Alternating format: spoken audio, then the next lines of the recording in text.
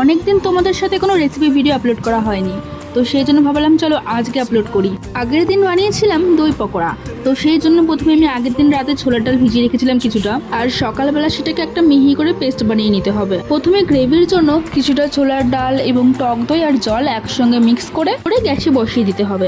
অন্যদিকে বড়া বানানোর জন্য কিছুটা ময়দা, কিছুটা ধনেপাতা, লবণ এবং কাঁচা লঙ্কা দিয়ে মাখিয়ে তেলে ভেজে নিতে হবে। ময়দাটা দেওয়ার কারণে পকোড়াটা কিছুটা নরম হবে এবং গ্রেভিটা খুব ভালো মতো এর ভেতরে ঢুকে যাবে। আর যদি তোমরা ক্রিস্পি করতে চাও তাহলে ময়দার বদলে তোমরা চালের গুঁড়ো ব্যবহার করতে পারো। দু পিঠ ভেজে নেওয়ার পর বড়াগুলো আমরা তুলে সাইড করে রেখে দেবো। এরপর ফোড়নের জন্য আমরা দিয়ে দেবো লঙ্কা, কারি পাতা এবং শস্য। তারপর একটু হলুদ আর লঙ্কার গুঁড়ো দিয়ে এটা একটু ভেজে নিচ্ছি। পাশে যেই দই দিয়ে গ্রেভিটা রেডি করেছিলাম, এবার সেখান থেকেই কয় চামচ দিয়ে একটু লবণ দিয়ে গ্রেভির মধ্যে ভালো করে মিক্স করে নেব। দেখো ব্যাটারটা ঠিক এমনই রাখতে হবে, না বেশি গাঢ় না বেশি পাতলা। এই পর্যায়ে আসলে এবার আমরা এর মধ্যে বড়াগুলো ছেড়ে দেব। এবার এটা একটু ফুটলেই ধনেপাতা দিয়ে ব্যাস রেডি।